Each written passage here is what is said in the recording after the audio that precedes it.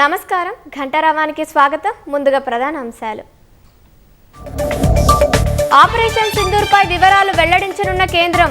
మరి కాసేపట్లో పలు దేశాల ప్రతినిధులతో విదేశాంగ శాఖ భేటీ.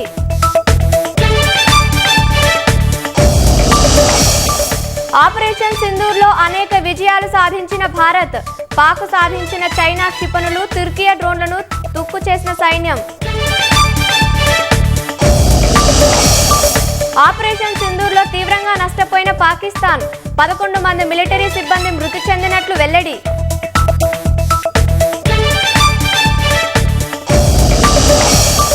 కాసేపట్లో చార్మినార్ ను సందర్శించనున్న విశ్వసుందరీమణులు. హెరిటేజ్ వాక్ లో పాల్గొననున్న మిస్ వరల్డ్ పోటీదారులు.